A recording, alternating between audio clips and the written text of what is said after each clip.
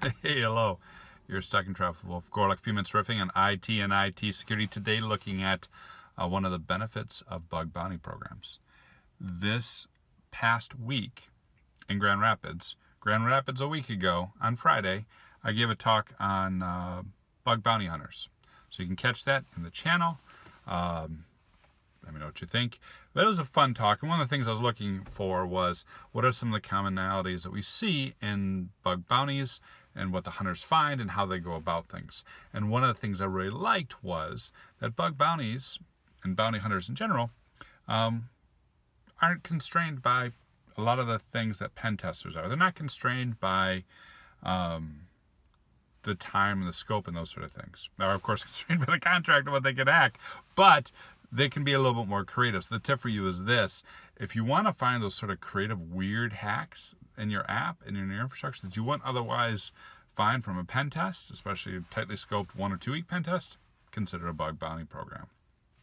Story I gave in my talk, and I think it's a really cool one, was with Google Calendar. So Google Calendar has an API, of course, and the API allows trusted apps to put things in the calendar, remove things in the calendar. There's a cross-site scripting that could be injected when a calendar item was deleted, and that cross-site scripting would run on a delete, and you could inject it. It was a trusted app. Kind of a weird thing, something you wouldn't ordinarily see.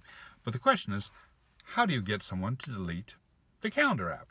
The bounty hunter set up this test where he put in place the calendar app or calendar item, injected the code with the app, so there's cross-site scripting on the delete, and then when again and again and again and again at the invite kept sending it to the user, sending the user, sending to you, to eventually the person's like, what the heck is wrong with this thing, and deletes it.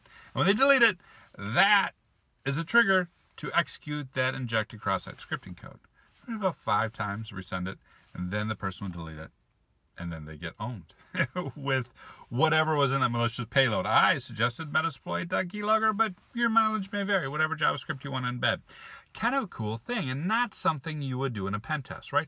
No one has time for those sort of cool, creative things in a tightly scoped pen test. But in a bounty program, when you do have a lot of time, those types of weird things can come out. And I love that. It kind of reminds me of like the classic hack.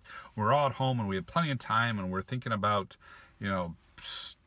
hacking stuff in a fun and exciting way from, the quintessential mom's basement. I miss those days. And long story short, build your stuff, have an SDLC, pen test, consider a bounty program to find the cool, weird things that would otherwise go unnoticed. Have an example one of those? Seen a bug bounty recently that really was like, wow, that's so creative and cool. Comments, social media, hit me up.